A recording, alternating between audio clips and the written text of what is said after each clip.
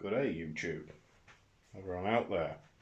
So, I don't do updates anymore because I've stopped doing the racing and all that shebang. You've probably seen now there's a lot more content for the off-road stuff, so just bear with me. I'm going to close the garage door. Well, that's broken, yeah.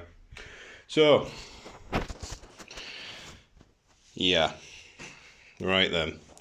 Let's walk you through. Now, you're going to have to excuse this shit state of a garage right now because I'm currently, within a month, moving all this into another workshop. So this couldn't have happened at the worst time. As you can imagine, with any move, it's difficult. There is tools everywhere. There's shite everywhere. There is 4 gearboxes in parts currently. So, this is where we're at.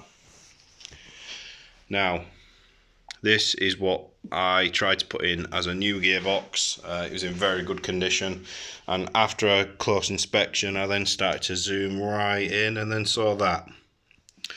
This is the 3rd gear.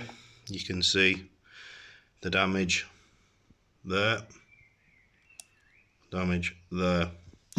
Now, a bit gutted.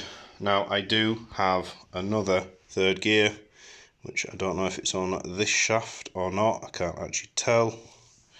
No. Oh. Anyways, let's start showing you this then.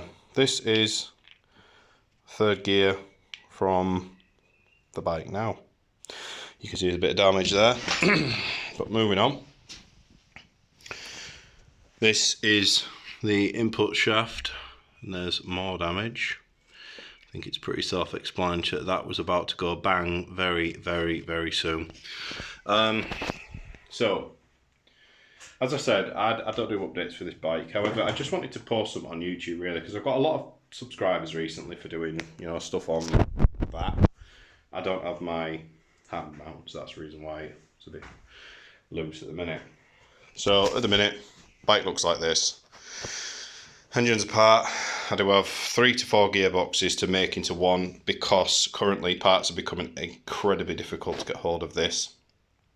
I've got quite a numerous amount of parts actually over here, which is like output seals, bits and bobs. Now this is the used 3rd gear that I've got, which is in really good condition. It's like basically unused besides just a bit of what I think is like a bit of burning in there.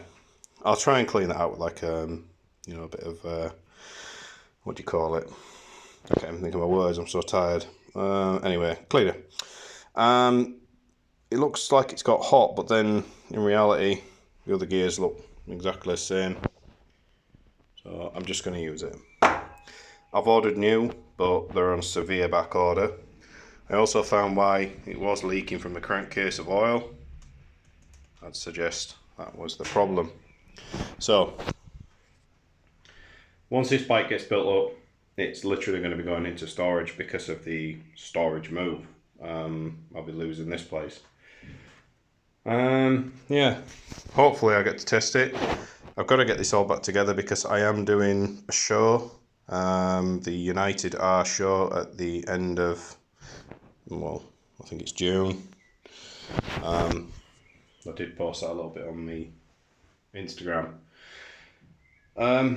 Parts wise, I've not overly found a lot of stuff that's damaged. The screws that go into this were rounded. I've ordered more of them.